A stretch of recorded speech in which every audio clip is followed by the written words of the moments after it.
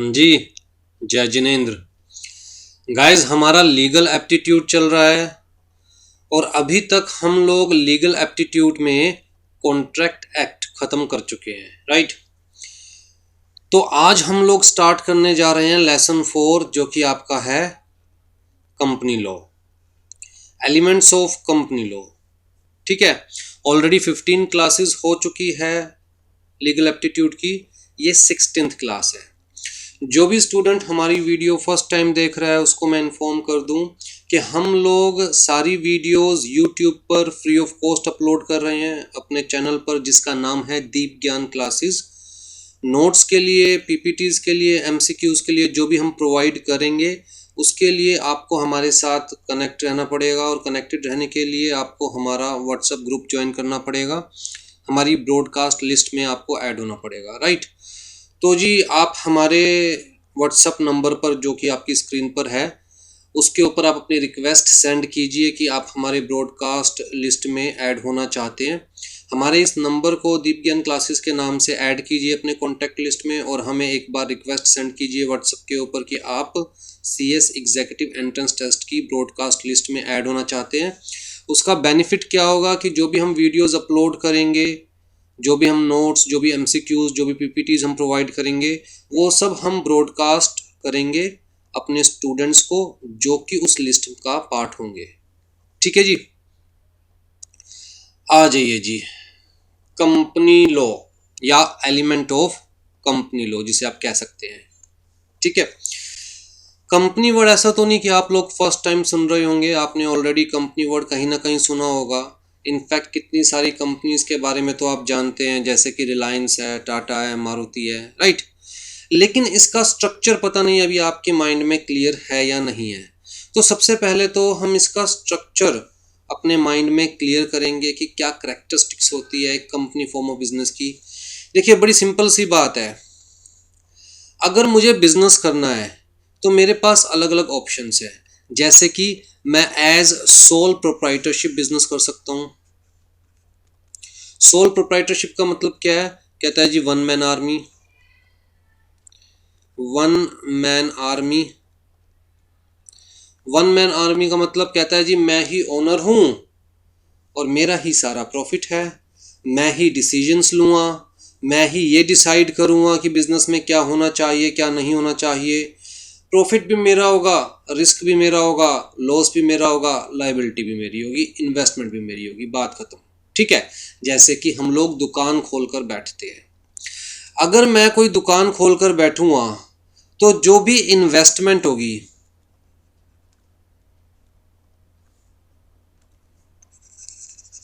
जो भी हमारी इन्वेस्टमेंट होगी, वो सब कहाँ से आएगी? मेरी जेब से लगेगी। मान के चलिए दुकान खोलने के लिए मुझे 1 लाख रुपए की ज़रूरत है, लेकिन मेरे पास सिर्फ 50,000 रुपीज़ है। तो भैया मैं उधार लूँगा, अपनी फैमिली मेम्बर से उधार लूँगा, अपने फ्रेंड से लूँगा, नॉन से लूँगा। अगर नहीं मिल पाया तो मैं बैंक से उधार लूँगा, फाइनेंशियल इंस्टीट्यूशन से उधार लूँगा। अल्टीमेटली चाहे मैं अपनी जेब से पैसा लगा रहा हूँ या मैं उधार लेकर पैसा लगा रहा हूँ, पैसा कौन लगा रहा है? मैं लगा रहा हूँ। अगर मैं एक सिंपल सोल प्रोप्राइटरशिप की बात करूं, दुकान खोलकर बैठूं तो, राइट। तो जी अगर मैं इन्वेस्टमेंट की बात करूं, कहता है जी सोल प्रोप्राइटरशिप के केस में क्या है? लिमिटेड। लिमिटेड क्यों है भाई? कितना पैसा एक इंसान खुद अपनी जेब से लगा सकता है या उधार लेकर लगा सकता है? लिमिटेड अमाउंट ही लगा सकता है। तो जी बट ऑब्वियस सी बात है, काम छोटा ही रहेगा। दूसरी बात, अगर मैं ही ओनर हूं, मुझे ही रिस्क लेना है भाई। 1 लाख रुपए जो मैं लगा रहा हूँ, 50,000 रुपये मेरे अपने हैं, 50,000 रुपये मैं उधार लेकर लगा रहा हूँ, सारा रिस्क किसका है? मेरा है। काम चला तो वेल एंड गुड, नहीं चला तो भैया पैसा किसका डूबेगा? मेरा डूबेगा।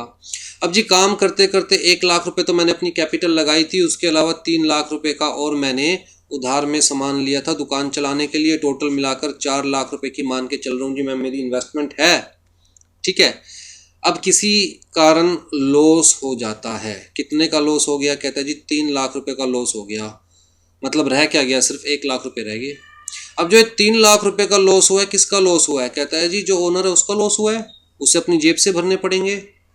क्या दुकान में सामान है इतने रुपए का। कहता है जी कोई मतलब नहीं है, दुकान में सामान हो या ना हो, किसे उधार दिया था किसे नहीं दिया था कोई मतलब नहीं है भैया। ये लॉस किसका है? पर्सनल है। किसका? ओनर का। तो रिस्क किसका है? कहता है जी 100% ओनर का। तो अनलिमिटेड, कोई लिमिट ही नहीं है रिस्क की। जितना काम बढ़ाते जाओगे उतना रिस्क बढ़ता जाएगा। नुकसान हो गया तो पैसा अपनी पॉकेट से पे करना पड़ेगा, अपनी जेब से देना पड़ेगा। ठीक है जी। लाइबिलिटी कहता है जी अनलिमिटेड, लाइबिलिटी भी अनलिमिटेड। क्यों? कहता है जितना भी आप काम बढ़ाते जा रहे हो, उधार लेते जा रहे हो, सब लाइबिलिटी आपके ऊपर चढ़ रही है। अब 1 लाख रुपए का सामान रह गया दुकान में, देनदारी लेट से 50,000 रुपये मेरे थे ना इसके अंदर, तो देनदारी कितनी है? 3.5 लाख की। 1 लाख रुपए का चलो सामान है, वो घटा देता हूँ, तब भी कितने की देनदारी रहेगी? 2.5 लाख की। भैया ये 2.5 लाख रुपए मुझे पे करने पड़ेंगे, चाहे मुझे अपना घर बेचना पड़े, चाहे मुझे अपनी पर्सनल एसेट्स बेचनी पड़े, कुछ भी करना पड़े, ये 2.5 लाख रुपए मुझे पे करने पड़ेंगे। मैं ये नहीं कह सकता भाई काम नहीं चला मैं क्या करूँ, मैं कहाँ से दूँ पैसे। कहता है जो आपको ये पैसा उधार दिया जा रहा है, जो यहाँ 50,000 रुपये आपने उधार लिया था, उनको इस चीज़ से क्या मतलब है कि आपका काम चलेगा नहीं चलेगा, आपका कितना प्रॉफिट होगा कितना लॉस होगा। उन्होंने तो आपको उधार दिया था पैसा, उनका पैसा उनको वापस चाहिए, टाइम पर पैसा भी वापस चाहिए और टाइम पर इंटरेस्ट भी वापस चाहिए। अगर नहीं दिया तो वो आपके अगेंस्ट कोर्ट में जाएंगे और कोर्ट कहेगी भैया चाहे अपने पर्सनल एसेट्स को सेल करके, अपने हाउस को सेल करके, अपनी पर्सनल प्रॉपर्टी को सेल करके पैसा दो, ये पैसा तो आपको देना पड़ेगा। राइट। इसका मतलब कहता है जी क्रेडिटर्स का कोई मतलब नहीं है आपके बिजनेस से। 100% रिस्क है, रिस्क आपका है, 100% लाइबिलिटी आपकी है। क्रेडिटर कहता है जी not concerned with the success of the business,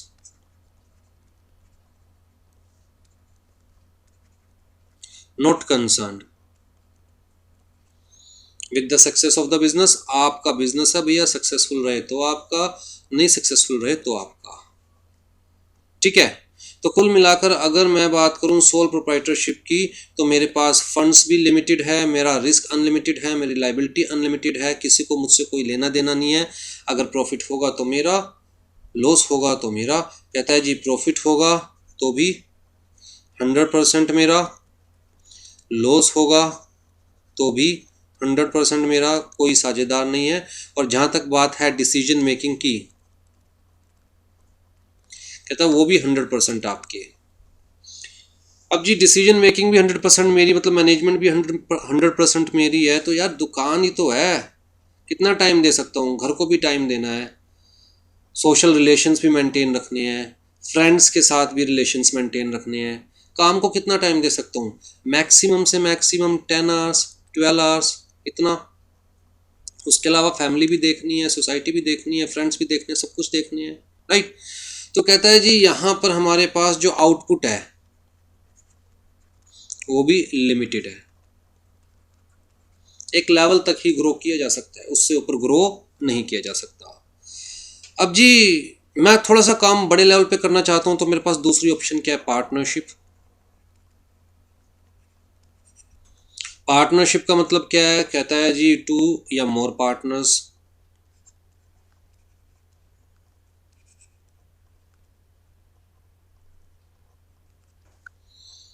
2 या 2 से ज़्यादा लोग मिलकर काम करेंगे। ठीक है। अब जी पार्टनरशिप के केस में एक चीज़ समझने की कोशिश कीजिए, ध्यान से सुनिएगा। मान के चलिए 2 दोस्त है, एक है आलू और एक है कचालू। ये दोनों दोस्त थे, इन दोनों ने मिलकर पार्टनरशिप में काम शुरू कर दिया। ठीक। तो दोनों ने क्या बनाई? कहता है जी पार्टनरशिप। तो लोगों की नज़रों में ये दोनों मिलकर काम कर रहे हैं। तो पहली चीज़ तो क्या है? कहता है both can take business decisions. सबसे पहली चीज़, दोनों ही बिजनेस डिसीजंस ले सकते हैं। Both have right to participate into business. ठीक है। कहता है कोई फर्क नहीं पड़ता कालू को काम करना आलू को काम करना आता है या नहीं आता, कोई फर्क नहीं पड़ता कचालू को काम करना आता है या नहीं आता। ऐसा होता है ना कि आलू के पास पैसे बहुत ज़्यादा थे पर कचालू के पास एक्सपीरियंस बहुत ज़्यादा था, तो दोनों ने मिलकर काम शुरू कर लिया पार्टनरशिप में, राइट। अब लोगों की नज़रों में तो दोनों ही काम कर रहे हैं ना, तो चाहे आलू को सामान परचेज करना, रॉ मटेरियल परचेज करना आता है या नहीं आता, लेकिन आलू भी डिसीजन ले सकता है, कचालू भी डिसीजन ले सकता है, राइट। चाहे वो डिसीजन पार्टनरशिप के फेवर में हो या नहीं हो। दूसरी चीज क्या है जी, ध्यान से देखिएगा। कहता है लोगों की नजरों में आलू इज द एजेंट ऑफ कचालू।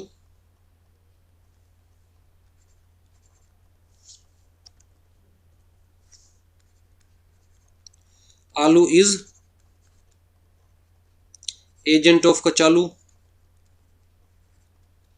मैं बात क्यों बोल रहा हूं, क्योंकि आलू जो भी डिसीजन लेगा पार्टनरशिप फर्म के बिहाफ पर, वो डिसीजन कचालू के ऊपर एप्लीकेबल है।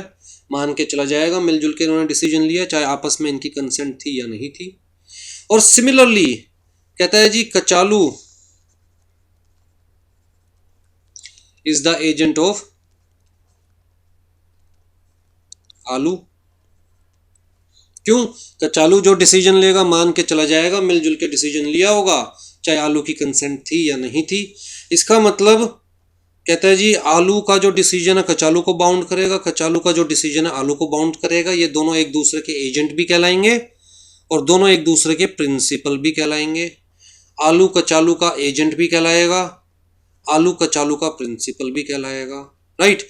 जब आलू डिसीजन ले रहा है तो मान के चला जाएगा कि आलू इज द एजेंट ऑफ कचालू। जब कचालू डिसीजन ले रहा है तो मान के चला जाएगा कि भैया कचालू इज द एजेंट ऑफ आलू। इसका मतलब यहां पर आलू क्या हो गया? प्रिंसिपल। ठीक है, पूरा लिखने की बजाय पी से डिनोट कर लेते हैं। और यहां पर आलू क्या हो गया? कहता है जी एजेंट। यहां पर कचालू क्या हो गया? प्रिंसिपल, क्योंकि कचालू के ब्याह पर आलू डिसीजन ले रहा है।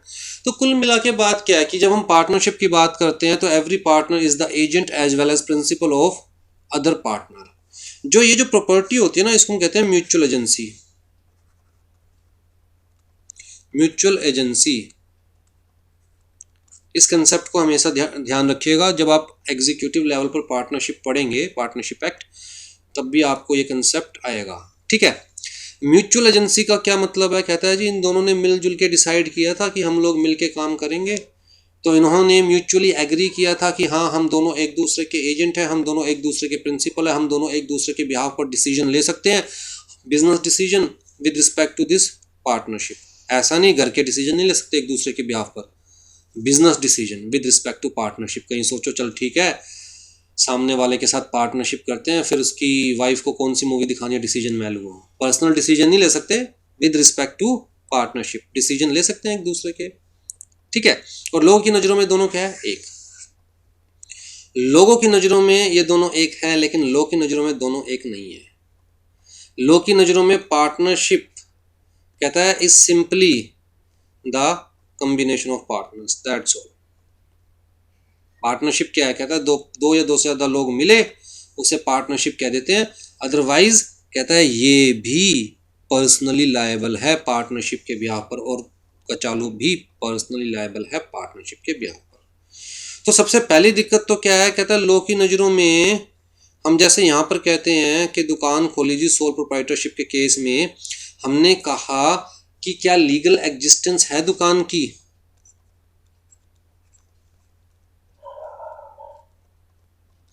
हमने कहा जी दुकान की क्या लीगल एग्जिस्टेंस है? The answer is no.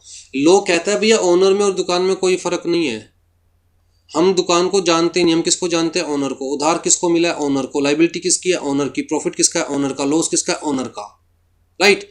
इसी तरह पार्टनरशिप के केस में कहता है जी कोई लीगल एग्जिस्टेंस है पार्टनरशिप की? The answer is no. लो कहता है हम पार्टनरशिप को जानते नहीं, हम तो पार्टनर्स को जानते हैं। उधार किसको मिल रहा है? पार्टनर्स को मिल रहा है। लाइबिलिटी किसकी है? पार्टनर्स की है। लॉस पार्टनर्स का, प्रॉफिट पार्टनर्स का। लो कहता है कि भैया इवन पार्टनरशिप के केस में भी कोई लीगल एग्जिस्टेंस नहीं है। हमारी नज़रों में partnership is nothing, but the aggregation of the partners, that's all. कुछ लोग मिले, साथ मिलके काम करना शुरू कर दिया in the form of partnership. अगर म्यूचुअल एजेंसी है तो हम मानेंगे कि वो क्या है, पार्टनरशिप। कुछ लोग मिले, पहले तो इस बात को समझिए, कुछ लोग मिले मतलब कहता है जी एसोसिएशन ऑफ पर्सन, सोचकर समझकर कुछ लोग आपस में एसोसिएट हुए फॉर कॉमन पर्पस।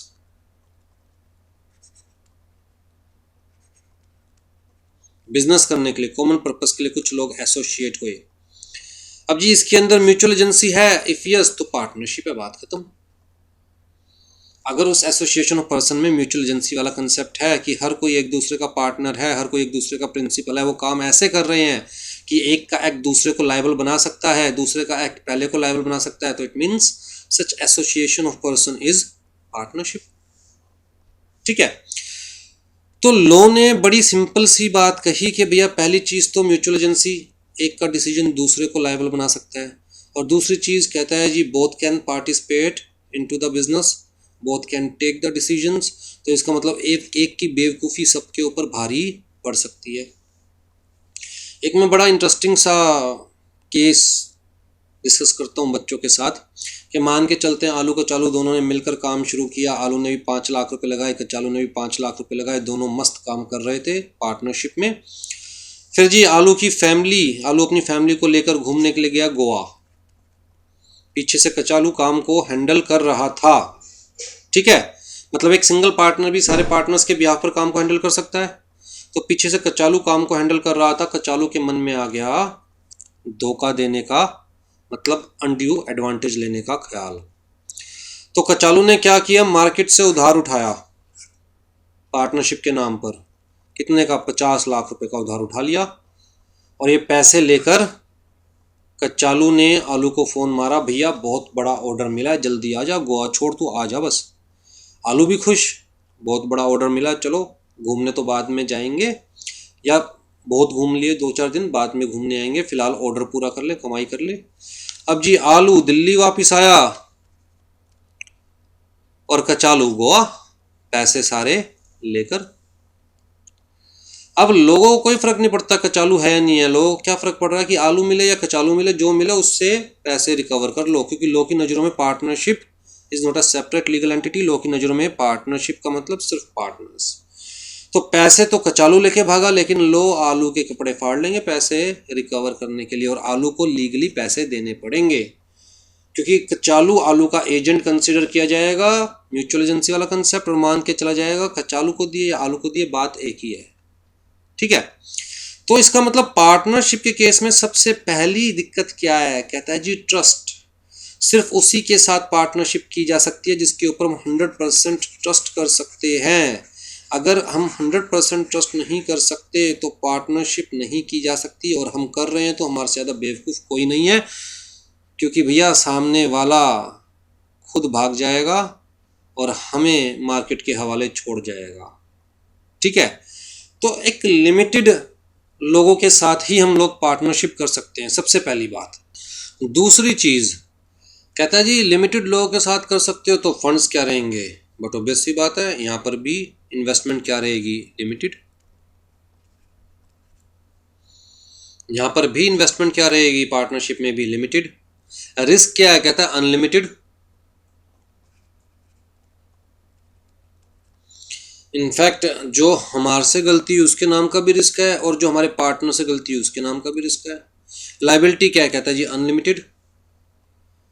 क्रेडिटर कहता है नॉट कंसर्न्ड, अगेन सेम, कहता है नॉट कंसर्न्ड। क्रेडिटर को कोई मतलब नहीं है कि बिजनेस में लॉस हुआ है, बिजनेस में प्रॉफिट हुआ है, कहता है जी अगर हमने उधार दिया है तो हम पार्टनर से रिकवर कर सकते हैं, चाहे उनको बिजनेस में प्रॉफिट हुआ है या लॉस हुआ है। अगर एक सिंगल पार्टनर भी फंस जाएगा उससे भी सारा रिकवर कर सकते हैं। ठीक है, प्रॉफिट कहता है 100% पार्टनर्स का है, पार्टनर्स आपस में शेयर करेंगे। लॉस क्या है, 100% पार्टनर्स का है, पार्टनर्स आपस में शेयर करेंगे as per there partnership deed, जैसा भी उन्होंने डिसाइड किया है। डिसीजन कहता है जी 100% पार्टनर्स के हाथ में है। अच्छा होगा तो पार्टनर्स का, बुरा होगा तो पार्टनर्स का। तो जी जब सारा काम मैनेज पार्टनर्स को ही करना है, मैक्सिमम 2 4 5 10 पार्टनर्स बनाओगे आप लोग, कितने लोगों पे ट्रस्ट कर सकते हो? तो अगेन आउटपुट क्या कहता है जी, यहाँ पर भी लिमिटेड ही है। चाहे सोल प्रोप्राइटर से थोड़ा सा ज़्यादा, बट है तो लिमिटेड ही। और लीगल एग्जिस्टेंस कहता है जी पार्टनरशिप के केस में भी कोई लीगल एग्जिस्टेंस नहीं है। ठीक है, इसका मतलब इवन पार्टनरशिप में भी बड़े काम पॉसिबल नहीं है, जहां पर हमें थाउजेंड ऑफ करोड़ रुपीस चाहिए। जैसे कि एयरलाइन स्टार्ट करनी है, सीमेंट फैक्ट्री स्टार्ट करनी है, बड़े स्टील प्लांट्स लगाने हैं। कहता है जो बड़े बिजनेस है उसके लिए ना तो sole proprietorship is appropriate form of business, ना partnership is appropriate form of business. तो जी हमें कुछ ऐसी फॉर्म ऑफ बिजनेस चाहिए जहां पर हम लोग बड़े बिजनेस कर सके, जिस फॉर्म ऑफ बिजनेस के अंदर बड़े बिजनेस कर सके, जहां पर करोड़ों रुपए इकट्ठे कर सके। राइट, तो उसी पॉइंट ऑफ व्यू से कंपनी फॉर्म ऑफ बिजनेस का जन्म हुआ। देखिए किसी भी इकोनॉमी की ग्रोथ के लिए बड़े बिजनेस बहुत जरूरी है। राइट, आपको क्या लग रहा है दुकानें खुलने से या छोटी मोटी फैक्ट्रियां खुलने से हमें हम किसी भी इकोनॉमी की ग्रोथ कर सकते हैं? The answer is no. जब तक बड़े बड़ी फैक्ट्रीज, बड़े बड़े प्लांट्स, बड़ी बड़ी एस्टेब्लिशमेंट्स नहीं लगेगी, तब तक उस इकोनॉमी की ग्रोथ पॉसिबल नहीं है, उस कंट्री की ग्रोथ पॉसिबल नहीं है। और जी बड़े बड़े प्लांट्स, बड़ी बड़ी फैक्ट्रीज, बड़ी बड़ी एस्टेब्लिशमेंट्स के लिए बड़े सारे पैसे भी चाहिए। और जी बड़े सारे पैसे कुछ लोग तो लगा नहीं सकते, जब बहुत सारे लोग मिलेंगे तभी बड़े सारे पैसे भी इकट्ठे हो सकते हैं। राइट, क्योंकि थोड़ा थोड़ा भी सारे लगाएंगे तो सबकी लाइबिलिटी थोड़ी थोड़ी रहेगी, रिस्क थोड़ा थोड़ा रहेगा, लेकिन पैसे बहुत सारे इकट्ठे हो जाएंगे। तो जी उस केस के अंदर कहता है एक नई फॉर्म ऑफ बिजनेस की रिक्वायरमेंट थी, तो इसलिए कंपनी फॉर्म ऑफ बिजनेस को इंट्रोड्यूस किया गया। अब सबसे पहले कंपनी फॉर्म ऑफ बिजनेस को समझने की कोशिश करते हैं, और एक स्टोरी मैं आपको सुनाने जा रहा हूँ जो कि मैं हर स्टूडेंट को सुनाता हूँ जिसे भी कंपनी लॉ पढ़ाता हूँ। अगर आपको ये स्टोरी समझ में आ गई तो मान के चलिए आपको आधा कंपनी लॉ समझ में आ गया, एटलीस्ट कंपनी लॉ के हाथ पैर, कंपनी लॉ का पूरा स्ट्रक्चर तो आपको समझ में आ ही जाएगा। ठीक है, तो ध्यान से सुनिएगा जी story.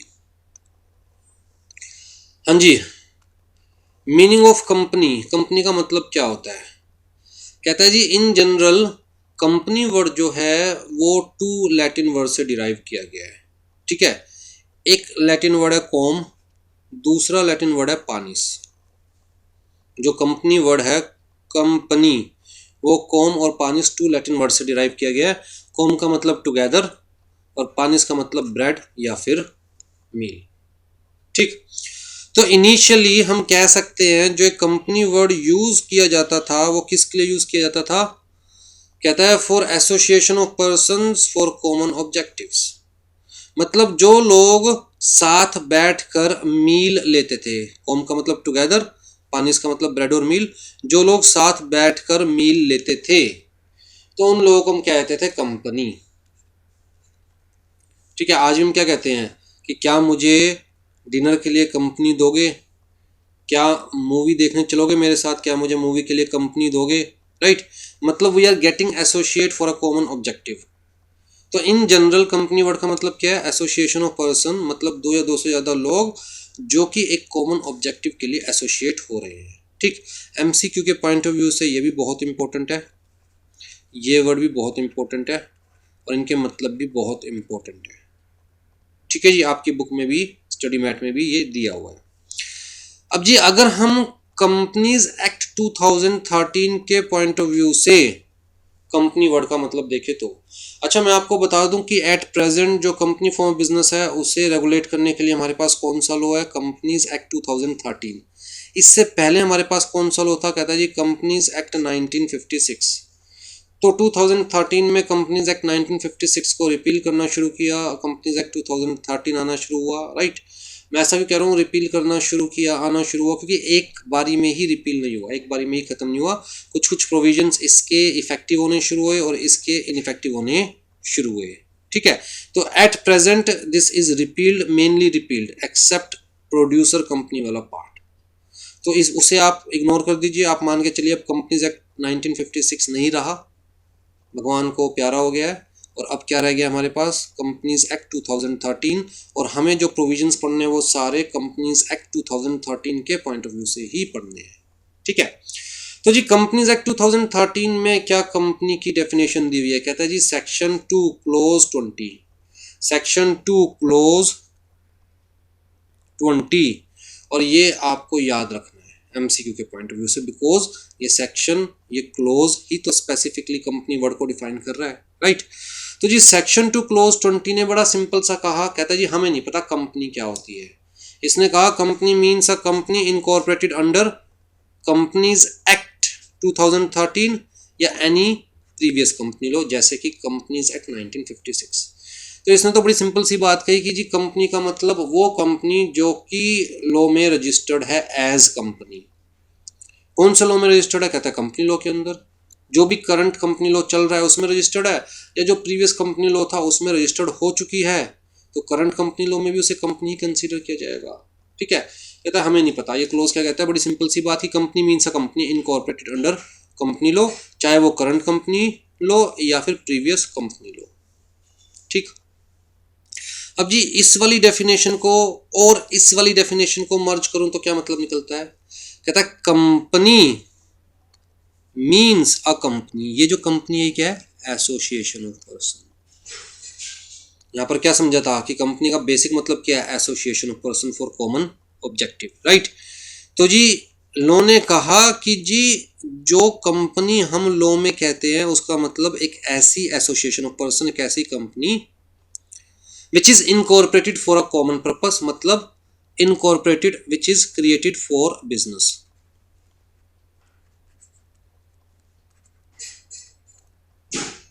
which is created for business, एक ऐसी association of person which is created for business। और जब ये एसोसिएशन ऑफ पर्सन लॉ में, कंपनी लॉ में अपने आप को रजिस्टर करवा लेगी, तो उस एसोसिएशन ऑफ पर्सन को हम क्या कहना शुरू कर देंगे, कंपनी। उस एसोसिएशन ऑफ पर्सन को हम क्या कहना शुरू कर देंगे, कंपनी। जब तक ये एसोसिएशन ऑफ पर्सन लॉ में अपने आप को एज कंपनी रजिस्टर नहीं करवाती, तब तक उस एसोसिएशन ऑफ पर्सन को कंपनी नहीं कहा जा सकता। ठीक है, तो कुल मिला के सेक्शन 2 क्लोज 20 ने क्या कहा, company means a company incorporated under current company law या any other previous company law. मतलब कुल मिला के इनकॉर्पोरेटेड, इनकॉर्पोरेटेड का मतलब कहता है जो बनाई गई है, क्रिएटेड कह लीजिए, क्रिएटेड एंड रजिस्टर्ड, जो बनाई गई है और बनाने के बाद रजिस्टर्ड करवाई गई है, किसमें, कहता है कंपनी लॉ में। ठीक है, तो उस एसोसिएशन ऑफ पर्सन को हम कंपनी बोलेंगे। अब जो कुल मिला के कैरेक्टरिस्टिक्स तो कुछ बताई नहीं इस सेक्शन ने, हमें बताया नहीं कि कंपनी फॉर्म बिजनेस क्या होगा, क्या नहीं होगा, क्या लाइबिलिटीज होगी, क्या कौन क्या हैंडल करेगा, कुछ नहीं बताया। चलिए जी, what are the characteristics of company form business, ये मैं आपको एक स्टोरी के थ्रू समझा रहा हूँ। ठीक है, आ जाइए जी। ये स्टोरी है जी दो फ्रेंड्स की जो कि बहुत ही टैलेंटेड थे, आलू एंड कचालू, दो दोस्त। कहता है very very hard working, very talented, जो कि एक गांव में रहते थे, लिव्ड इन अ विलेज। और जिस फैक्ट्री में वो काम करते थे, कहता है जी इन दोनों को उस काम की कंप्लीट नॉलेज हो गई थी, हार्ड वर्किंग थे, टैलेंटेड थे, सब कुछ देखते थे, समझते थे, सब कुछ लर्न कर लिया। अब जी ये अपनी खुद की फैक्ट्री सेट करना चाहते थे, तो wanted to set a factory. ठीक है, जो मैं स्टोरी सुनाने जा रहा हूँ उसका रियलिटी के साथ कोई लेना देना नहीं है, सिर्फ आपको कंपनी फॉर्म बिजनेस का स्ट्रक्चर समझाने की कोशिश कर रहा हूँ, तो बड़े ध्यान से सुनिएगा। ठीक है जी, अब जी फैक्ट्री तो सेट करना चाहते थे, जिसके लिए फंड्स की जरूरत थी, पैसों की जरूरत थी, पैसे उनके पास थे नहीं, मजदूर लोग थे, राइट। तो उन्होंने सोचा कि क्यों ना फंड्स अपने गांव वालों से इकट्ठे किए जाए। ठीक है जी, तो गांव वालों को बुलाया, उनको अपना बिजनेस प्लान एक्सप्लेन किया और उनको बताया कि भाई अगर हम लोग अपने विलेज के अंदर फैक्ट्री लगाते हैं तो उसके क्या क्या बेनिफिट्स होंगे। सबसे पहला बेनिफिट तो ये होगा कि अपने गांव वालों को एम्प्लॉयमेंट मिलेगी, गांव का स्टैंडर्ड ऑफ लिविंग इंक्रीज होगा, अमीरी आएगी गांव में, राइट। और गांव वालों से रिक्वेस्ट की कि भैया आप हमारे बिजनेस प्लान में इन्वेस्ट कीजिए। ठीक है, तो जी यहां पर जो ये इन्होंने गांव वालों को दिया सब चीजें, बिजनेस प्लान, इसे हम क्या बोलेंगे? प्रोस्पेक्टस।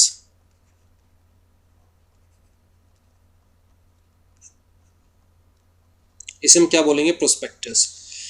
प्रोस्पेक्टस मतलब एक रिटर्न डॉक्यूमेंट जहां पर बताया जा रहा है कि भैया कंपनी जिन्होंने स्टार्ट करी है वो कौन है, उनका बैकग्राउंड क्या है, वो क्या मतलब उनकी एबिलिटी क्या है, फिर जी बिजनेस क्या है कंपनी का, रिस्क प्रोफाइल क्या रहेगा कंपनी का, क्या रिस्क होने के चांसेस हैं, क्या लॉस होने के चांसेस हैं, मार्केट में क्या वैल्यू रहेगी कंपनी की, मतलब हर वो चीज़ बताई जाती है which is required to invest in any business, right? So that prospective investor मतलब जो इन्वेस्ट करना चाहता है can take intelligent decision whether to invest or not। तो वो सारी चीज़ बताई जाती है, सारा प्रोस्पेक्ट बताया जाता है, तो इसीलिए हम इस बिजनेस प्लान को क्या बोल रहे हैं? प्रोस्पेक्टस। वर्ड याद रहेगा, प्रोस्पेक्टस। ठीक है। तो जब भी कंपनी कहते हैं जी पब्लिक इशू लेके आ रही है, शेयर्स लेके आ रही है, तो प्रोस्पेक्टस इशू करती है ताकि जो लोग कंपनी के बारे में नहीं जानते वो इस डॉक्यूमेंट को पढ़ के समझ जाए कि एक्चुअल में क्या बिजनेस प्रोफाइल है कंपनी का, मैनेजमेंट का क्या प्रोफाइल है, क्या रिस्क फैक्टर्स रहेंगे, so that they can take intelligent investment decisions. ठीक। चलो जी, गांव वालों ने इस प्रोस्पेक्टस को पढ़ा, आलू कचालू की सारी बात सुनी। गांव वालों को ये तो पता था बहुत हार्ड वर्किंग है, बहुत मेहनती है, बहुत ऑनेस्ट है, सब कुछ पता था गांव वालों को। अब जी गांव वालों का बड़ा सिंपल सा क्वेश्चन था। उन्होंने कहा कि भैया हमें ये बताओ कि तुम पैसे मांग किस फॉर्म में रहे हो हमसे, क्योंकि उस वक्त तक तो दो ही फॉर्म ऑफ बिजनेस थे, या तो सोल प्रोप्राइटरशिप था या पार्टनरशिप था। उस वक्त तक कंपनी फॉर्म ऑफ बिजनेस हम मान के चल रहे नहीं था, तो दो ही फॉर्म ऑफ बिजनेस थे, या तो सोल प्रोप्राइटरशिप या फिर पार्टनरशिप। गांव वालों ने कहा कि भैया तुम हमसे उधार मांग रहे हो क्या पैसे? भाई तुम लोग खुद काम करोगे तो हमसे पैसे उधार ले रहे हो, राइट? या तुम हमें अपना पार्टनर बनाना चाहते हो? पहले तो ये बताओ किस फॉर्म में पैसे मांग रहे हो। तुम्हारा प्रपोजल अच्छा है, गांव में फैक्ट्री लगेगी, एम्प्लॉयमेंट आएगा, खुशहाली आएगी, गांव में अमीरी आएगी, लिविंग ऑफ स्टैंडर्ड इंक्रीज होगा, सब कुछ ठीक है, बट पैसा मांग किस फॉर्म में रहे हो? डेट के फॉर्म में या पार्टनरशिप के फॉर्म में? अब जी उस वक्त तक तो आलू कचालू का भी दिमाग काम नहीं कर रहा था कि किस फॉर्म में पैसे हम मांग रहे हैं, तो आलू कचालू ने क्या किया, डेट को और पार्टनरशिप को दोनों को एनालाइज किया, दोनों के रिस्क फैक्टर्स को एनालाइज किया। कहता है जी डेट के केस में investors are least concern with the success of the business. आलू कचालू को पता था कि अगर हम लोग पैसा उधार लेते हैं तो भैया गांव वालों को बिजनेस के सक्सेस या अनसक्सेस से कोई लेना देना नहीं होगा। गांव वालों को अपना पैसा टाइम पर वापस चाहिएगा, अपना इंटरेस्ट टाइम पर वापस चाहिएगा। अगर हमने नहीं दिया तो बेटा कपड़े तक फाड़ लेंगे हमारे। ठीक है। तो कहता है यार रिस्क बहुत ज़्यादा है, रिस्क बहुत ज़्यादा उधार लेने में। तो पर्सनल लाइबिलिटी है जी, हमारी पर्सनल एसेट्स को सेल करके भी पैसे रिकवर किए जा सकते हैं, तो लाइबिलिटी भी अनलिमिटेड है, right? Unlimited liability, risk unlimited, personal asset can be use to pay the debt. तो कहता नहीं यार ये तो मज़ेदार काम नहीं है, अगर थोड़ा बहुत पैसा उधार लेके काम करना था तो हम रिस्क ले सकते थे, लेकिन इतना बड़ा पैसा हमें तो मान के चलो जी 1 लाख रुपए चाहिए, तो हमारे पास तो 20 ही हजार रुपये, बाकी 80 हजार रुपये तो हमें गांव वालों से लेने हैं। 80 हजार रुपये का उधार लेकर अगर बाई चांस काम नहीं चला तो वापस कहाँ से देंगे? इतना तो हमारा पर्सनल एसेट भी नहीं है पूरा, हमारा घर बेच के भी इतना पैसा नहीं इकट्ठा कर पाएंगे हम, तो गांव वाले तो जान से मार देंगे हमें पैसे रिकवर करने के लिए। कहता नहीं जी हम डेट के फॉर्म में पैसा नहीं ले रहे। फिर पार्टनरशिप को एनालाइज किया उन्होंने। कहता है यार पार्टनरशिप के अंदर सबसे पहली चीज़ तो ये है कि जो भी पार्टनर बनना चाहता है वो एक दूसरे का पार्टनर बनने के लिए एग्री हो। जो भी पार्टनर बनना चाहता है वो एक दूसरे का पार्टनर बनने के लिए एग्री हो। भाई एक आलू था, एक कचालू था, मान के चलो 4 लोग और थे जो कह रहे हैं जी हम पार्टनर बन के इन्वेस्ट करने को तैयार है, पर ये चारों आपस में भी एक दूसरे के साथ काम करना चाहते हो,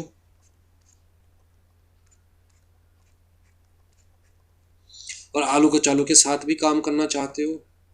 कहता है यहाँ 6 बंदे तो 6 के 6 हर बाकी 5 बंदों के साथ काम करना चाहते हैं, तभी पार्टनरशिप पॉसिबल है। लेकिन गांव में तो ऐसा होता नहीं है, कई बार तो ऐसा होता है सामने वाले से भी मुंह बोल नहीं होते अच्छे, राइट? दूसरी चीज कहता है जी म्यूचुअल एजेंसी। अब जी हम किसी को भी पार्टनर बना ले, उसकी गलती सबको भुगतनी पड़ेगी। म्यूचुअल एजेंसी भी हम समझ चुके हैं। तीसरी चीज कहता है all partners can participate in the decision making. Again वही दिक्कत कि किसी को काम करना आता है नहीं आता, किसी को काम के बारे में नॉलेज है या नहीं है, पर अपनी टांग जरूर घुसाएगा, भैया पैसे दे रखे हैं, पार्टनर हूं। और अगर किसी की बात नहीं मानी तो मुंह जरूर फुलाएगा, और मुंह फुलाकर भागेगा। मुंह फुलाकर भागने में क्या दिक्कत है वो भी सुन लीजिए। मान के चलो कि हम लोग मेट्रो बना रहे हैं, और जी मेट्रो बनाने के लिए 1 लाख रुपए की जरूरत है। 4 लोगों ने मिलकर पार्टनरशिप कर ली। 4 लोगों ने मिलकर पार्टनरशिप कर ली, ठीक है। सबने कितना दिया? 25,000। 25,000 सबने दिया। अब जी पार्टनरशिप का काम मतलब मेट्रो बनाने का काम शुरू हुआ। कहता है नीचे का बेस बन गया, ऊपर के पिलर्स बन गए। कितना पैसा खर्च हो गया? 50,000 रुपये खर्च हो गए। अब जी इस स्टेज पर मान के चलो पार्टनर्स की आपस में अनबन हो गई, और एक पार्टनर कह रहा है मेरे तो पैसे वापस दो, मुझे काम नहीं करना तुम्हारे साथ, ठीक है। काम छोड़ के जाना चाह रहा है एक पार्टनर। अब जी अगर उसके 25,000 रुपये वापस दे दिए तो ये पिलर खड़े रह जाएंगे, ऊपर जो रेल बननी थी वो तो बन नहीं पाएगी। एक के पैसे वापस देने पड़ गए तो भैया 1 लाख रुपए तो पूरे नहीं हो पाए ना, तो पिलर खड़े रह जाएंगे, ऊपर जो रेल बननी थी वो तो बन नहीं पाएगी। तो मतलब एक के पैसे वापस देने की वजह से बाकी सबका भी क्या हो जाएगा? लॉस हो जाएगा। इसकी तो कोई वैल्यू नहीं है पिलर की, जब तक रेल नहीं बनेगी ऊपर। दीप ज्ञान क्लासेस के पोस्टर चिपकाने के काम आएंगे, ठीक है। तो कहता है भैया पार्टनरशिप के केस में तो बड़ी दिक्कत है। तो इन्होंने कहा ना भाई, हम तो पार्टनर भी नहीं बना रहे आपको अपना। तो गांव वाले बोले फिर किस पॉइंट ऑफ व्यू से पैसे मांग रहे हो, क्या सोचकर क्या समझकर पैसे मांग रहे हो? तो आलू कचालू ने दिमाग लगाया, और आलू कचालू ने कहा कि यार देखो, ना तो हम आपसे उधार मांग रहे हैं, ना हम आपको अपना पार्टनर बना रहे हैं, हम तो यार सब बराबर हैं। We will work together. कुछ पैसा हम लगाते हैं, कुछ तुम लगाओ, तो we will create an association. कुछ पैसा हम लगाते हैं भाई, 10-10 हजार उन दोनों के पास थे, कुछ पैसा तुम लगाओ, 1 लाख की जरूरत है, 20,000 हम दोनों के पास हैं, 80,000 तुम लोग लगाओ, जो भी लगाना चाहता है, इन्वेस्ट करना चाहता है। और जो भी इन्वेस्ट करेगा वो एसोसिएशन का क्या बन जाएगा? कहता है जी हिस्सा बन जाएगा।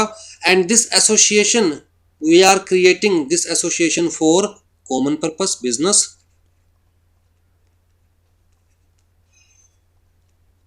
तो इस एसोसिएशन को हम क्या बोलेंगे जी? कंपनी। और जो भी इन्वेस्ट करेगा वो इस कंपनी क्या बन जाएगा? मेंबर। जो भी इन्वेस्ट करेगा कंपनी क्या बन जाएगा? मेंबर। तो सबसे पहले तो इस मेंबर टर्म को समझिए। मेंबर का मतलब क्या हुआ?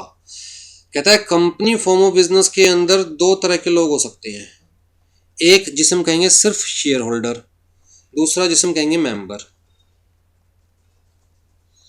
शेयर होल्डर का मतलब कहता है जी वो इंसान जिसके पास कंपनी के शेयर्स हैं, लेकिन कंपनी के रिकॉर्ड्स में उसका नाम नहीं है। कंपनी के शेयर्स है, कंपनी के रिकॉर्ड्स में उसका नाम नहीं है। ऐसा पॉसिबल है? हाँ जी पॉसिबल है। ए के पास कंपनी के शेयर्स थे, और ए का नाम कंपनी के रिकॉर्ड्स में एज मेंबर रजिस्टर था। ए ने अपने शेयर्स बी को सेल कर दिए, तो जी अब ए क्या है? कहता है कंपनी का मेंबर तो है। क्यों? क्योंकि कंपनी के रिकॉर्ड्स में ए का नाम रजिस्टर है, लेकिन शेयर होल्डर नहीं रहा। क्यों? क्योंकि अपने शेयर्स तो उसने बी को सेल कर दिए। बी क्या है? कहता है जी कंपनी का शेयर होल्डर तो है, क्योंकि बी के पास शेयर्स है, ए से परचेज कर लिए, बट कंपनी का मेंबर नहीं है, क्योंकि अभी तक बी का नाम कंपनी के रिकॉर्ड्स में रजिस्टर नहीं है। कहता है जब ये लोग इन्फॉर्म करेंगे कंपनी को कि भैया ए ने अपने शेयर्स बी को सेल कर दिए, तो कंपनी अपने रिकॉर्ड्स में से ए का नाम हटाएगा और बी का नाम रजिस्टर कर लेगा। तब बी शेयर होल्डर भी होगा और मेंबर भी होगा। जब तक ये प्रोसेस नहीं होगा, बी सिर्फ शेयर होल्डर होएगा, ए सिर्फ मेंबर होगा, ठीक है। बट ठीक है, ये चीज़ बाद में डीप में समझेंगे। फिलहाल इन्होंने कहा आलू कचालू ने कि भैया देखिए, जो भी कंपनी में इन्वेस्ट कर रहे हैं हम उसे क्या कंसिडर करेंगे? कंपनी का मेंबर। आ जाइए जी। आलू कचालू ने कहा मान के चलिए जी हम लोगों को 1 लाख रुपए की जरूरत है टू स्टार्ट द फैक्ट्री। तो हम पूरी कैपिटल को 1 लाख को डिवाइड कर लेते हैं। कहता है जी 1 लाख के पार्ट्स कर लेते हैं, या हम कहेंगे 1 लाख के शेयर कर लेते हैं, ठीक है। तो कहा कि भाई मान के चलो कि भाई हम लोग 100 रुपए का एक पार्ट कर लेते हैं, ये पार्ट भी कितने का है 100 रुपए का, ये पार्ट भी कितने का है 100 रुपए का, ये पार्ट भी कितने का है 100 रुपए का। ऐसे करके हम लोग इसके 10,000 पार्ट कर लेते हैं। पार्ट्स को दूसरे वर्ड में क्या बोल सकते हैं, शेयर। तो जी इससे फायदा क्या होगा, इससे फायदा ये होगा कि कोई 100 रुपए इन्वेस्ट करना चाहता है वो 100 भी कर सकता है, एक शेयर ले लेगा। कोई 1,000 रुपये इन्वेस्ट करना चाहता है वो भी कर सकता है, 10 शेयर ले लेगा। कोई 10,000 रुपये इन्वेस्ट करना चाहता है वो भी कर सकता है, 1,000 शेयर ले लेगा, राइट। तो जी इससे हमारे पास क्या आया, कहता है जी डिवीजन। हमारे पास इससे कंसेप्ट आया शेयर कैपिटल का। व्हाट इज शेयर कैपिटल, कहता है nothing but the share of a capital, that is share capital, right. अगर कंपनी के 10 सारी कैपिटल के हमने 10,000 या 1,000 शेयर कर दिए, एक शेयर 100 रुपये का है और मैं कंपनी में 1,000 रुपये इन्वेस्ट करना चाहता हूँ, तो मुझे 10 शेयर लेने हैं। 1,000 रुपये इन्वेस्ट करने के लिए मुझे कितने रुपए लेने हैं, कहता है जी 10 रुपये, 10 शेयर। 100 रुपये का एक शेयर है, 10 शेयर लूँगा, 1,000 रुपये इन्वेस्ट कर दिए मैंने, ठीक है। इससे दो फायदे, एक छोटा इन्वेस्टर भी इन्वेस्ट कर सकता है बड़े बिजनेस के अंदर, राइट। अगर मैं पार्टनरशिप की बात करूं, आप 1,00,000 रुपए से पार्टनरशिप का बिजनेस स्टार्ट करने जा रहे हैं, पार्टनरशिप फॉर्म ऑफ बिजनेस में, तो किसी को पार्टनर बनाएंगे जो सिर्फ 100 रुपये इन्वेस्ट करना चाहता है, नहीं बनाएंगे ना। लेकिन यहाँ पर 100 रुपये इन्वेस्ट करने वाला भी इन्वेस्ट कर सकता है, 1,000 रुपये इन्वेस्ट करने वाला भी इन्वेस्ट कर सकता है, 10,000 रुपये इन्वेस्ट करने वाला भी इन्वेस्ट कर सकता है। तो जी एक फ़ायदा तो इन्वेस्टर्स को कहता है will be able to invest even small funds. और ज़रूरी नहीं है ना मेरे पास 1,000 रुपये तो मुझे एक ही कंपनी में सारे इन्वेस्ट करने हैं। किसी कंपनी में 100 रुपये इन्वेस्ट कर सकता हूँ, किसी कंपनी में 200, किसी में 500, राइट। तो मतलब सारा रिस्क एक ही कंपनी में थोड़ी ना लूँगा मैं। हो सकता है एक कंपनी ना चले, दूसरी चल जाए, दूसरी ना चले, बाकी चल जाए, राइट। तो जनरली एक आम इन्वेस्टर क्या करता है, अपनी सारी इन्वेस्टमेंट कभी भी एक कंपनी में इन्वेस्ट नहीं करता, अलग अलग कंपनीज में इन्वेस्ट करता है। और वो तभी पॉसिबल है जब कंपनी की कैपिटल को शेयर में, पार्ट में डिवाइड कर दिया जाए, ठीक है। तो जी कहता है investor will be able to invest even small funds and in more than one venture. और कंपनी का भी बेनिफिट है, कहता है बड़े बड़े इन्वेस्टर्स ढूंढने तो मुश्किल हो जाएंगे, लेकिन इस फॉर्म में तो even small investors can invest. तो कहता है will be able to arrange funds even from the small investors, लाखों रुपए इकट्ठे किए जा सकते हैं स्मॉल इन्वेस्टर्स से भी, ठीक। तो जी यहाँ से हमारे पास कंसेप्ट आया किसका, शेयर कैपिटल का। अब जी एक समझदार इंसान उठा और बोला यार ये बात तो समझ में आती है, लेकिन प्रॉफिट कैसे डिस्ट्रीब्यूट करोगे। तो आलू के चालू ने कहा कि भैया जैसे इन्वेस्टमेंट है वैसे ही प्रॉफिट होगी। भाई प्रॉफिट के भी उतने ही हिस्से कर लिए जाएंगे जितने नंबर ऑफ शेयर्स है। If there will be 1,000 shares, profit will also be divided into 1,000 part। जिसके पास एक शेयर होगा, जैसे मान के चलिए 10 लाख का प्रॉफिट हो गया, 5 लाख का प्रॉफिट हो गया। कहता है नंबर ऑफ शेयर्स कितने हैं कंपनी के, 10,000, ठीक है। तो 1 शेयर इज इक्वल टू कितना प्रॉफिट, कहता है 50 रुपए का। 1 शेयर इज इक्वल टू कितना प्रॉफिट, 50 रुपए का। किसी के पास एक शेयर है तो उसे इस 5 लाख में से 50 रुपए मिल जाएंगे। किसी के पास 10 शेयर है तो भैया इस 5 लाख में से उसे 500 रुपये मिल जाएंगे, 10 इंटू में 50। किसी के पास 1,000 शेयर है तो भैया इस 5 लाख में से उसे 5,000 रुपये मिल जाएंगे, 5 यानी 50,000, ठीक है। क्यों, अगेन 1,000 इंटू में 50, पर शेयर 50 हिस्सा आ रहा है ना, ठीक। कहते हैं बड़ा आसान है, we will divide the profit into number of shares. तो यहीं से हमारे पास कंसेप्ट क्या आया, डिवाइड से ही कंसेप्ट क्या है, डिविडेंड। कंपनी क्या देती है अपने मेंबर्स को, डिविडेंड, राइट। तो डिविडेंड वर्ड कहाँ से डिराइव हुआ, कहता है division of the profit into the number of shares, ठीक। चलिए जी ये कंसेप्ट भी ठीक लगा। अब जी क्वेश्चन ये आता है कि मलकियत किसकी होगी। सबसे बड़ी दिक्कत तो आज की डेट में मलकियत की है, हमेशा से रही है। किसकी चलेगी, who will manage the business, business कौन मैनेज करेगा। अब जी आलू का चालू को एक चीज़ तो क्लियर थी कि अगर गांव वालों को बिजनेस की मैनेजमेंट में हिस्सा लेने दिया, पार्टिसिपेट करने दिया, तो बेटा काम कम होगा, लड़ाई ज़्यादा होगी। मेरी नहीं सुनी तूने, मेरी तो बेइज्जती कर दी, तुम मुझे तो इग्नोर करते हो। आलू का चालू ने कहा भैया मैनेज वो करेगा who is the most competent to manage the business of the company. कहता है सिर्फ 3 या 4 लोग चुने जाएंगे, मैक्सिमम 4 या 5 लोग चुने जाएंगे। कौन चुनेगा? कहता है वो लोग जो कि इन्वेस्ट कर रहे हैं, मीन्स मेंबर्स। कौन चुनेगा? मेंबर्स। जो इन्वेस्ट कर रहे हैं उन्हीं का हक है चुनने का। कहता है वो लोग चुनेंगे few most competent people to manage the business of the company. बाकी मेंबर्स को, बाकी लोगों को, किसी को बिजनेस में डे टू डे वर्किंग में पार्टिसिपेट करने का राइट नहीं होगा।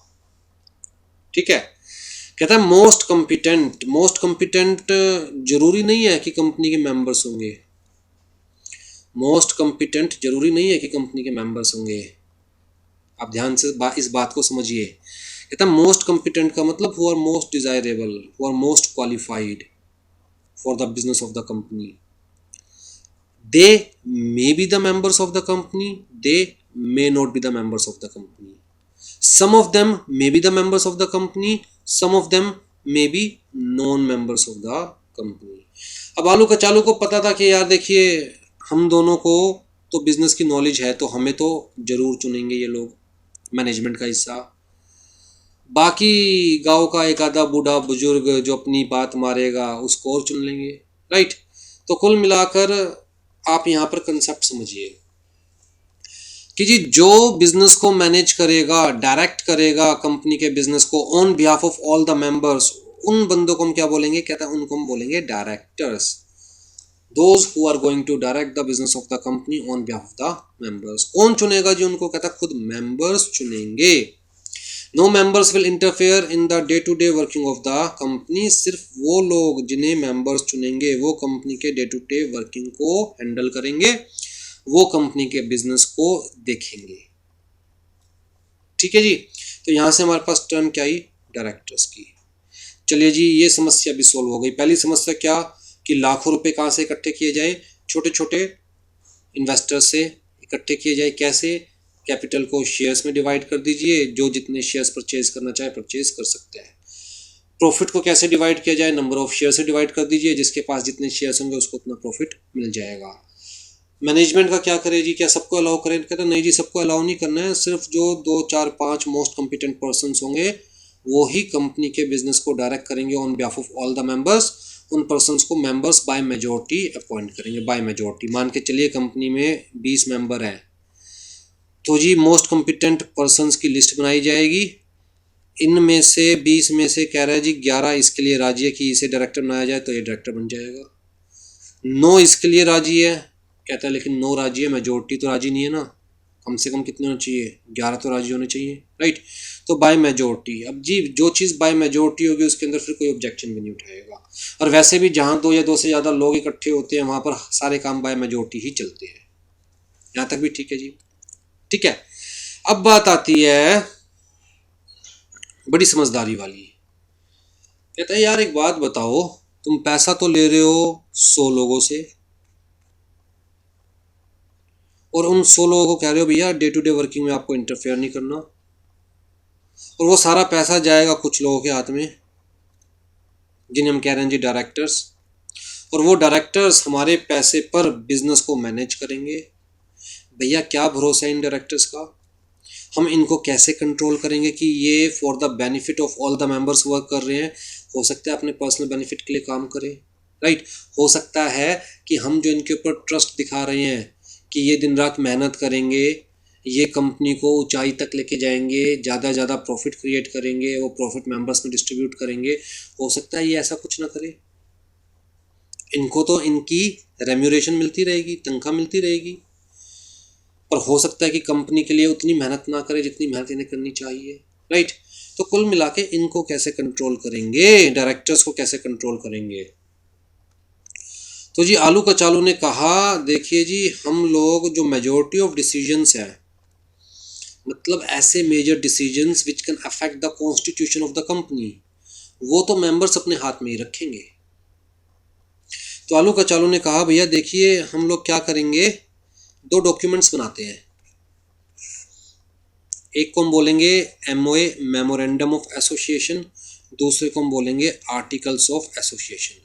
मेमोरेंडम ऑफ एसोसिएशन में ना कंपनी की कॉन्स्टिट्यूशन के बारे में बताएंगे। कॉन्स्टिट्यूशन का मतलब क्या है कि जी कंपनी का नाम क्या होगा, कंपनी की कैपिटल कितनी होगी, कंपनी के ऑब्जेक्ट्स मतलब बिजनेस क्या होगा,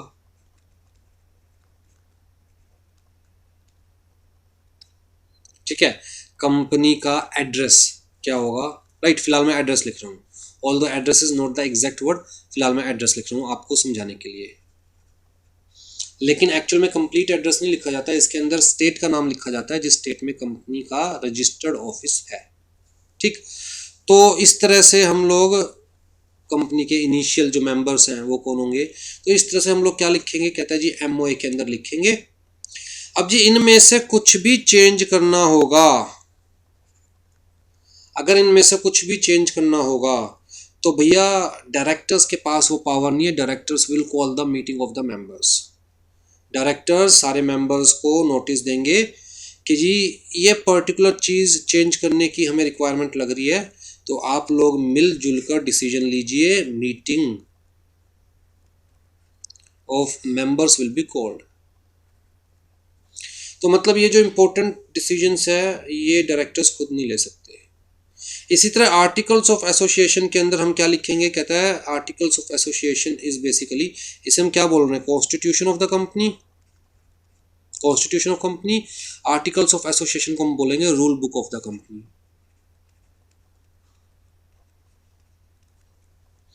कहता है जी इंटरनल वर्किंग कैसे होगी कंपनी की, वो आर्टिकल्स ऑफ एसोसिएशन में लिखा होगा।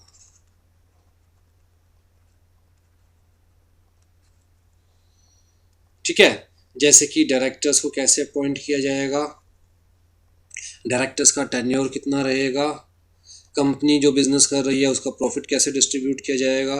तो मतलब कुल मिलाकर internal working of the company which is very important for the functioning of the company. कहता है इवन आर्टिकल्स ऑफ एसोसिएशन का भी कुछ भी चेंज करने के लिए directors will call the meeting of the members. तो जी इन दो डॉक्यूमेंट्स के थ्रू हम लोग ये अश्योर करेंगे कि डायरेक्टर्स अपनी मर्जी से कुछ भी ऐसा चेंज ना करें जो बेसिक हो, फंडामेंटल हो, जिसको सोचकर समझकर कंपनी को बनाया गया हो। ठीक, अगर उनको लग रहा है कि भाई ठीक है सिचुएशंस चेंज हो रही है, लॉ चेंज हो रहा है, मार्केट चेंज हो रही है, करंट पोजीशन चेंज हो रही है, तो they will call the meeting of members और मेंबर्स डिसाइड करेंगे whether it is appropriate to change और नॉट। ठीक है जी, तो जी यहाँ से एक तो हमारे पास कंसेप्ट आया एमओए का, एओए का, two very basic documents of the company जिसे हम बोलेंगे constitution of the company, rule book of the company, और इन दोनों को कलेक्टिवली हम क्या बोलते हैं, charter of the company, means those documents which are defining the characteristic of the company, charter of the company. चलिए जी, फिर जी आलू कचालू ने कहा देखिए हर साल एक मीटिंग तो मेंबर्स की होगी ही होगी, every year a meeting of the member shall be called. हर साल मेंबर्स की एक मीटिंग तो होगी ही होगी जिसके अंदर डायरेक्टर्स मेंबर्स को बताएंगे कि भैया हमने पूरे साल में क्या किया। तो मेंबर्स इवेल्युएट करेंगे working of directors, working of the company, performance of the directors, performance of the business. Members evaluate करेंगे कि एक्चुअल में जिन लोगों को हम मोस्ट कॉम्पिटेंट समझ रहे थे, जिन लोगों को हमने कंपनी का डायरेक्टर बनाया हमारे बिहाफ पर बिजनेस मैनेज करने के लिए, क्या वो लोग एक्चुअल में एज पर एक्सपेक्टेशन वर्क कर रहे हैं या नहीं कर रहे हैं। अगर कर रहे हैं तो वेल एंड गुड, वही कंटिन्यू रहने दो। नहीं कर रहे हैं तो member will have the power to change the directors any time they want. तो डायरेक्टर्स के दिल में हमेशा डर रहेगा बेटा अगर काम प्रॉपरली नहीं किया, अपनी ड्यूटीज़, अपनी रिस्पॉन्सिबिलिटीज़, अपनी लाइबिलिटीज़ प्रॉपरली नहीं संभाली, तो डायरेक्ट मेंबर्स लात मारकर कंपनी से बाहर निकाल सकते हैं। ठीक है, फर्दर कहता है जी हर साल डायरेक्टर्स कंपनी के अकाउंट्स बनाएंगे। कौन बनाएगा अकाउंट्स? डायरेक्टर्स। कहता है डायरेक्टर्स को नॉलेज नहीं होगी प्रॉपर अकाउंट्स बनाने की, तो जी directors will appoint external professional, बाहर का प्रोफेशनल अपॉइंट किया जाएगा विच इज़ चार्टर्ड अकाउंटेंट। कहता है एक ऐसा बंदा जो कि क्वालिफाइड है टू प्रिपेयर द अकाउंट्स। ठीक है, तो चार्टर्ड अकाउंटेंट को अपॉइंट किया जाएगा। चार्टेड अकाउंटेंट देखेगा कि जो अकाउंट्स बनाए गए हैं वो अकाउंट्स प्रॉपर है या नहीं है, whether the accounts are true and fair, whether the accounts are providing true and fair view of the company's actual position. कहता है जी उसके पॉइंट ऑफ व्यू से अकाउंट्स को ऑडिट करेगा बकायदा chartered accountant who shall be the external to the company, जिसका डायरेक्टर्स के साथ, कंपनी के मैनेजमेंट के साथ कोई लेना देना नहीं होगा।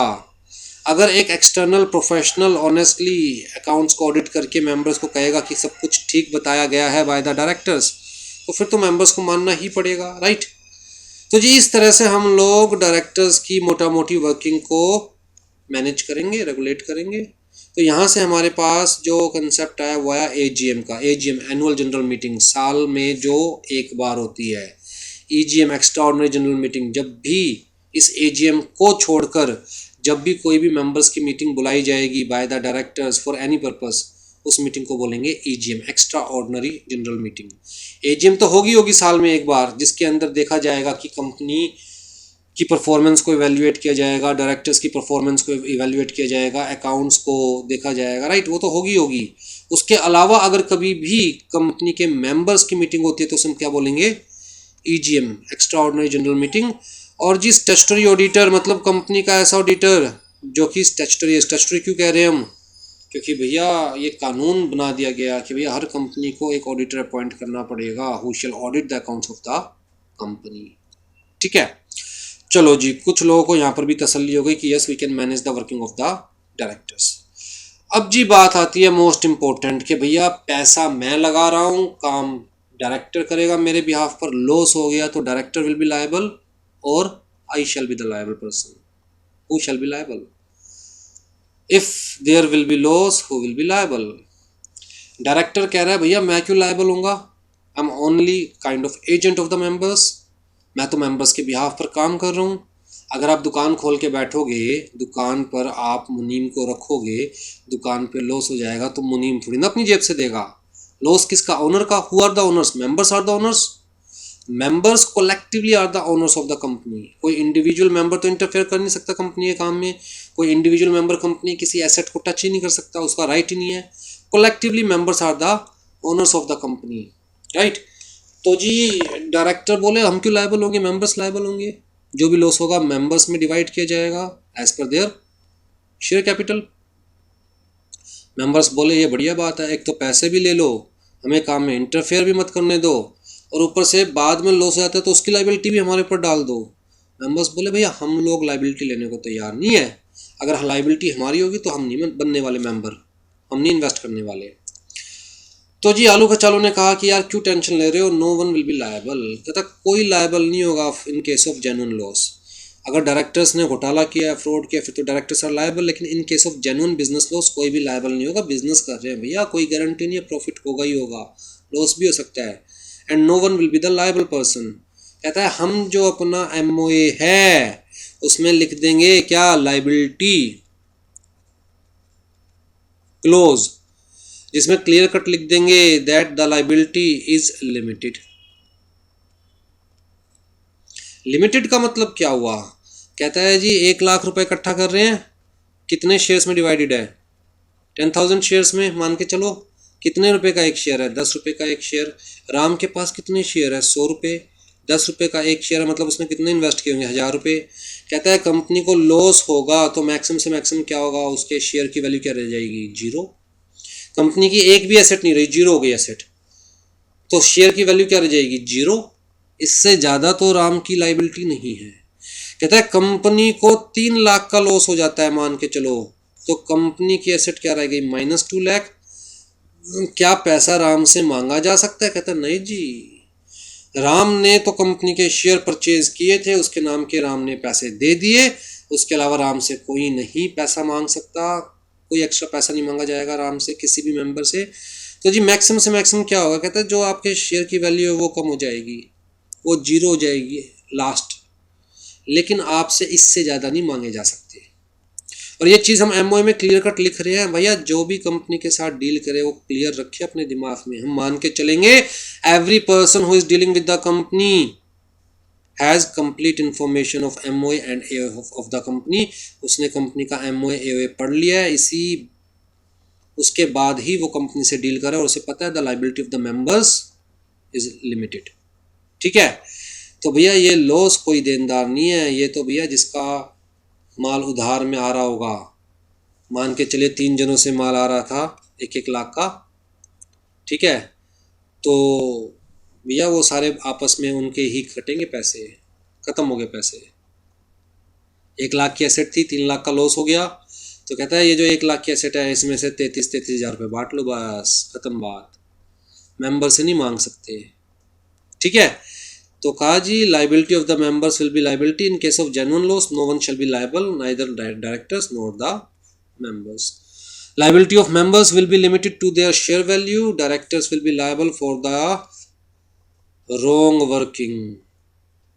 ठीक है, तो यहाँ से हमारे पास कंसेप्ट आया लिमिटेड लाइबिलिटी। सोच के देखो, अगर मेंबर्स की लाइबिलिटी अनलिमिटेड कर देते, मुझे कहते हैं जी रिलायंस का शेयर ले लो लेकिन लाइबिलिटी अनलिमिटेड होगी, मतलब अगर रिलायंस को लॉस हो गया तो सारा लॉस आपसे रिकवर किया जा सकता है, तो मैं किसी भी कंपनी का मेंबर बनता, मैं किसी भी कंपनी में इन्वेस्ट करता? The answer is no, right. इसलिए कंपनी फॉर्म ऑफ बिजनेस के अंदर लाइबिलिटी क्या रखी गई? लिमिटेड। आ जाइए जी, अब जी whether invested money will be refunded if required by the members, तो इसका जवाब मैं आपको दे चुका हूँ, वो याद है ना, मेट्रो बना रहे थे, पिलर खड़े हो गए थे, अब कोई मेंबर बीच में पैसा वापस मांगेगा तो भैया ये ऊपर की रेल तो बन नहीं पाएगी, और इस रेल नहीं बनेगी तो बाकी सबके पैसे भी क्या हो जाएंगे? खराब हो जाएंगे, बर्बाद हो जाएंगे। तो आलू कचालू ने कहा नहीं भैया, कंपनी किसी के पैसे वापस नहीं देगी, जिसने एक बार इन्वेस्ट कर दिया शेयर कैपिटल में वो कर दिया। कहता जी कंपनी का काम चलता रहेगा, आपके पैसे कंपनी में लगे रहेंगे, जो प्रॉफिट होगा जो लॉस होगा वो आपस में शेयर करते रहेंगे हम लोग। तो जी एक बुढ़िया बैठी थी भीड़ में, वो बोली बेटा मैंने तो अपनी बेटी की शादी के लिए पैसा जोड़ रखा है, घर में पड़ा है, मैं इन्वेस्ट तो करना चाहती हूँ लेकिन जब शादी होगी बेटी की तब तो मुझे पैसा वापस चाहिएगा। आप तो कह रहे हो कि पैसा वापस नहीं देंगे, तो इसका मतलब मैं इन्वेस्ट नहीं कर सकती। आलू कचालू ने कहा भाई प्रॉब्लम तो जेन्युइन है। तो आलू कचालू ने कहा भैया शेयर्स को सेल कर सकते हो मार्केट में openly, you can sell the shares in the market. तो जी members are free to sell their shares to someone else. कहता है इस तरह से आपको सिर्फ आपके पैसे वापस नहीं मिल जाएंगे बल्कि किसी और को इन्वेस्ट करने का मौका भी मिलेगा, उसके अलावा शेयर्स की अप्रिशिएशन भी मिलेगी आपको। आज की डेट में हम कह रहे हैं जी 1 लाख रुपए की वैल्यू हमें इकट्ठी करनी है, 10,000 शेयर्स मान के चलो हम लोग डिवाइड कर रहे हैं 1 लाख रुपए को 10,000 शेयर्स में, तो एक शेयर की वैल्यू 10 रुपये हो गई। ठीक है, कहता है जब कंपनी को प्रॉफिट होगा आज से 5 साल बाद, लेट से कंपनी के पास 10 लाख की एसेट होगी प्रॉफिट होकर, शेयर्स तो तब भी कितने रहेंगे कंपनी के? 10,000। अब जी एक शेयर की वैल्यू कितनी हो जाएगी? कहता है 100 रुपये। 10 लाख को 10,000 से डिवाइड करेंगे तो एक शेयर की बुक वैल्यू क्या होगी? कहता है 100 रुपये। तो जी आप मार्केट में बेचो ना ये चीज़, 100 रुपये का बिकेगा, 100 रुपये से ज़्यादा का बिकेगा। एक तो आपको आपके पैसे वापस मिलेंगे, शेयर्स की एप्रिसिएशन वापस मिलेगी, राइट। जब तक आपके पास शेयर्स है तब तक आपको डिविडेंड भी मिलता रहेगा, प्रॉफिट भी मिलता रहेगा। भाई सारा प्रॉफिट नहीं डिस्ट्रीब्यूट करेगी कंपनी, बट ऑब्वियस सी बात है कुछ कुछ कंपनी अपने पास रखेगी, तो जी ये कंपनी की एसेट्स भी बढ़ती रहेगी, कुछ कुछ डिस्ट्रीब्यूट करेगी कंपनी। ठीक है, तो धीरे धीरे कंपनी अपना बिजनेस भी बढ़ाएगी और कुछ कुछ प्रॉफिट डिस्ट्रीब्यूट भी करेगी। तो जी ये कंसेप्ट बड़ा अच्छा लगा कि यार शेयर शैल बी ट्रांसफरेबल। अब जी शेयर्स ट्रांसफरेबल है, इस वजह से कोई भी कंपनी के साथ मरते दम तक जुड़ा नहीं हुआ, जब चाहे कंपनी के शेयर्स सेल कर सकता है। चल भाई मेरा फिलहाल इंटरेस्ट नहीं है इन्वेस्टमेंट में, या मुझे पैसों की जरूरत है, मैं मार्केट में सेल कर सकता हूँ, कोई और उसे परचेज कर सकता है, राइट। और कंपनी की कैपिटल कम नहीं होगी, कंपनी के पैसे कंपनी के पास ही रहेंगे, एक्सटर्नली शेयर्स की सेल परचेज चलती रहेगी, इसका मतलब कंपनी चलती रहेगी, right. In this way, any member may leave the company anytime he or she wants, and also the work of the company will not be affected. Thus, the company will go forever. तो दो बहुत important characteristics आई यहाँ से company form business की, एक तो transferability of shares और क्योंकि ट्रांसफरेबिलिटी ऑफ शेयर्स है इसीलिए परपेचुअल सक्सेशन। परपेचुअल सक्सेशन का मतलब कहता है existence for ever, existence for ever. जब तक सूरज चांद रहेगा कंपनी तेरा नाम रहेगा, अगर तू खुद बिजनेस बंद नहीं करना चाहेगी तो। अगर सारे मेंबर्स मिलकर ये डिसाइड कर लेते हैं यार कंपनी बंद करते हैं, कुछ रहा नहीं कंपनी के अंदर, तो कंपनी बंद हो सकती है, otherwise company will go for ever. जब तक लीगली कंपनी को क्लोज नहीं किया जाएगा कंपनी चलती रहेगी, राइट। तो परपेचुअल सक्सेशन का मतलब existence for ever until end unless company is closed by the members और company is closed as per law. ठीक है, इवन मेंबर्स को भी इसे एज पर लॉ ही क्लोज करना पड़ेगा। Now the ultimate question, who shall be the owner of the companies property. आलू कचालू को एक चीज पता था यार, जो लोग पैसा लगाएंगे ना वो कंपनी के एसेट को अपने बाप के एसेट समझ के बैठ जाएंगे। गांव वाले हैं, आदत है पुरानी, कंपनी की चेयर्स उठा के ले जाएंगे। हमारे घर में तो शादी है जी, 4 दिन यूज करके कंपनी की चेयर्स वापस दे देंगे। कंपनी की गाड़ी ले जाएंगे, अरे हमारे भी तो पैसे लगे हुए हैं, एक दिन यूज कर लेंगे तो क्या हो गया, राइट। तो आलू कचालू को पता था यार कंपनी की प्रॉपर्टी गांव वाले यूज करेंगे तो कंपनी का तो बेड़ा गर्क। आलू कचालू ने कहा देखो भैया कंपनी की प्रॉपर्टी को कोई हाथ नहीं लगाएगा, चाहे वो आप लोगों के मिले जुले पैसों से आ रही है, पर किसी के इंडिविजुअल मनी से नहीं आ रही प्रॉपर्टी, राइट। कंपनी की प्रॉपर्टी सिर्फ कंपनी की होगी, कंपनी के नाम से ही परचेज की जाएगी। किस नाम से? कंपनी के नाम से परचेज की जाएगी। Neither the members nor the directors will use the property of the company for the personal purpose. कहता है अगर कंपनी कभी क्लोज हुई तब सोचेंगे कि कंपनी की प्रॉपर्टी डिस्ट्रीब्यूट करनी है among the members according to their shares, right, in proportion of their shares, only when company will be closed. लेकिन जब तक company is a going concern, जब तक कंपनी चल रही है, तब तक कोई मेंबर, कोई डायरेक्टर कंपनी की किसी प्रॉपर्टी को हाथ नहीं लगा सकता। तो here we got the concept of separate property. सोच के देखो, मैंने रिलायंस के शेयर परचेज कर लिया और रिलायंस की दुकान पे जाके या रिलायंस की फैक्ट्री में जाके आ रहा हूँ, ला भाई मोबाइल दे दे, 2 दिन यूज करके वापस दे जाऊंगा। मेरे भी तो पैसे लगे हुए हैं कंपनी में, तो क्या हो गया, 2 दिन यूज कर लूंगा तो, राइट। ऐसा सिनेरियो ना हो, इसलिए कहता जी कंपनी की प्रॉपर्टी सिर्फ कंपनी की होगी, only company will be the owner of the property and only company can use the property for its business purpose. Members और directors can not use the property of the company for personal purpose. ठीक है। अच्छा, कल को company की liability अगर हम कहते हैं अनलिमिटेड है जी, member shall be liable for the act of the company. कहता ना भैया, कंपनी तो एक सेपरेट रखो, कंपनी को अलग रखो, मेंबर्स को अलग रखो। कहता है ऐसा स्ट्रक्चर क्रिएट हो गया, अब कंपनी और मेंबर्स को एक नहीं कंसीडर किया जा सकता। जो कंपनी काम करेगी कंपनी के एक्ट के लिए member shell not be liable. सिर्फ डेट की बात नहीं कर रहा, वैसे किसी भी काम के लिए भी member shell not be liable. ऐसा ना हो ना कि भैया मिस एक्स ने एक फोन खरीदा रिलायंस का, फोन में बार बार खराबी आ रही थी, बार बार वो रिलायंस के वर्कशॉप पे जाती, कहती जी फोन ठीक करो, फोन ठीक करो, दुखी हो गई हूँ मैं तो, कैसा फोन दिया है, राइट। अब जी एक दिन वो वर्कशॉप पे खड़ी थी, वहां पर मैं भी गया हुआ था, मेंबर ऑफ द रिलायंस, मेरे पास तो थोड़े बहुत ही शेयर्स थे। अब जी मैंने मिस एक्स को बताया यार I am the member of the Reliance. Miss x ने तो बस सैंडल उतारी, ना इधर देखा ना उधर, ले दनादन दे दनादन। तुम ही हो ना कंपनी के ओनर, तुम ही हो ना कंपनी के मेंबर, तुमने ही बेचा है ना ये गंदा फोन मुझे। अरे भैया मैंने कुछ नहीं बेचा, कंपनी ने बेचा। आई am only the member of the company, I am invested in the company, but I am not the company, I am the member. Company अलग है, मेंबर अलग है।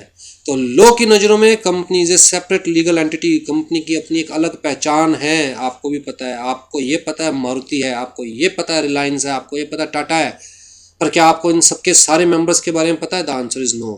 तो आपकी नज़र में भी कंपनी की एक सेपरेट लीगल एग्जिस्टेंस है। कंपनी अपने नाम से काम करेगी, अपने नाम से प्रॉपर्टी परचेज करेगी, अपने नाम से कॉन्ट्रैक्ट में एंटर करेगी। मेंबर्स और directors of the company shall not be liable for the act of the company, shall not be liable for the debt of the company. तो जी यहाँ से आती है हमारे पास कंपनी की सारी कैरेक्टरिस्टिक्स।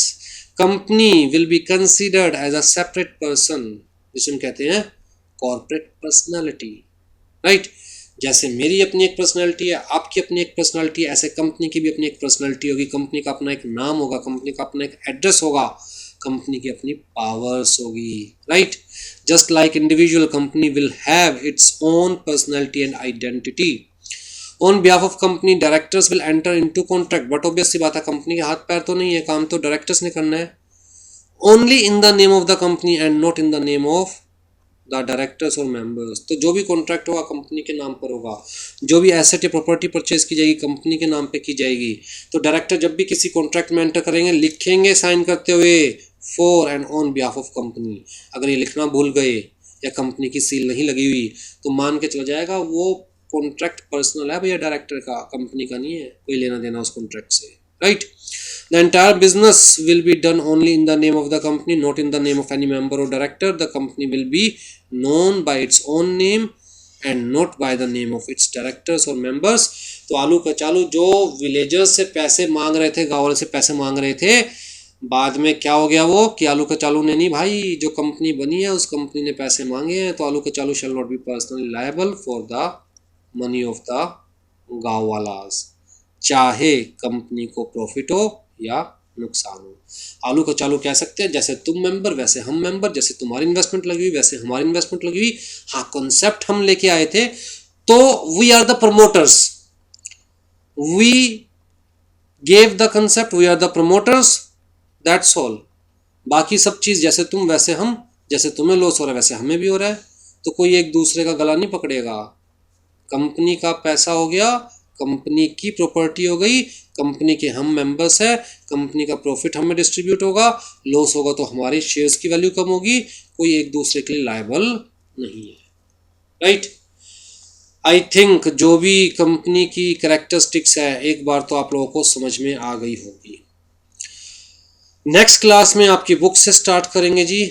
और देखिए जो मैंने आपको कैरेक्टरिस्टिक्स बताई है या जो डिटेल्स मैंने आपको बताई है वो आपकी बुक के अंदर दी हुई है बकायदा। देखिए ये सारी कैरेक्टरिस्टिक्स दी हुई है और इन सबको एक्सप्लेन भी किया हुआ है by giving the case laws. तो सारे केस लॉज डीपली डिस्कस करेंगे ताकि आपको सारी बात बहुत डीपली समझ में आए। आपकी बुक का एक एक वर्ड एक एक लाइन हम लोग कवर करने वाले हैं, ठीक है जी। तो नेक्स्ट क्लास में we will start with this company law as per your reference material. चलिए जी, टेक केयर।